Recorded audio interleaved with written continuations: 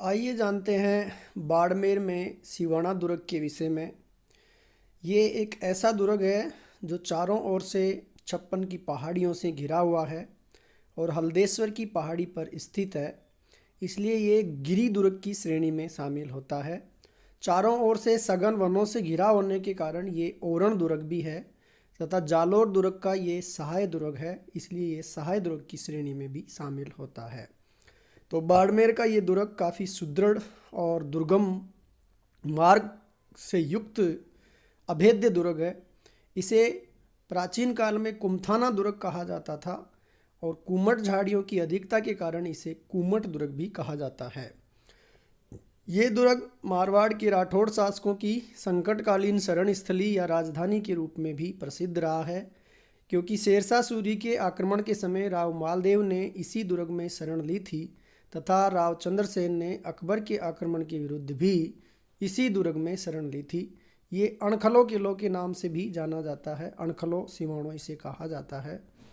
इसका निर्माण 10वीं शताब्दी में परमार राजा वीर नारायण ने की। इस दुर्ग के दर्शनीय स्थलों की बात करें या स्थापत्य विशेषताओं की बात करें तो इस दुर्ग के चारों ओर जो परकोटा है उसको शहर पनाह कहा जाता है। इस परकोटे का निर्माण राव मालदेव ने करवाया था। इसी दुर्ग में हल्देश्वर महादेव मंदिर है, आशापुरी माता का मंदिर है, भीमगोड़ा मंदिर है, राठौड़ दुर्गादास की पोल है और कल्ला राय मलोत का थड़ा है।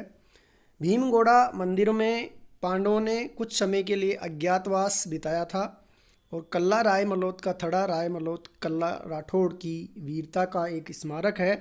दुर्गादास राठौड़ की पोल भी दुर्गादास का एक स्मारक है। सिवाना का दुर्ग इतिहास में अपने दो साकों के लिए प्रसिद्ध है।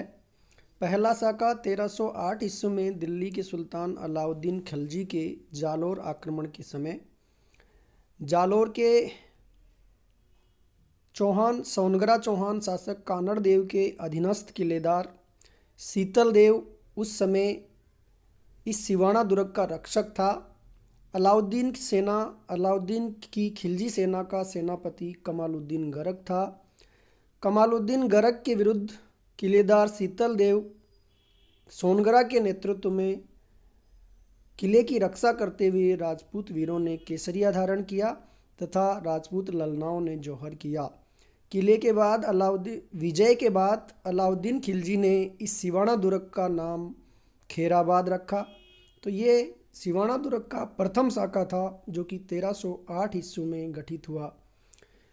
सिवाना दुर्ग का दूसरा शाखा 1565 ईस्वी में मुगल सम्राट अकबर के आक्रमण के समय हुआ।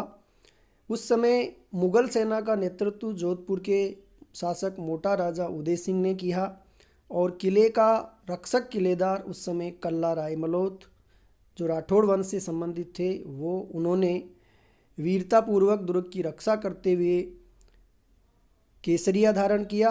राजपूत वीरों ने कल्ला राय मलोत के नेतृत्व में केसरिया धारण किया और उनकी हाड़ी रानी के नेतृत्व में किले में जौहर हुआ। इस प्रकार से सिवाना का दुर्ग अपनी ऐतिहासिक वीरता और शौर्य के लिए जाना जाता है। ये किला अपने दो शाखों के लिए इतिहास में प्रसिद्ध है।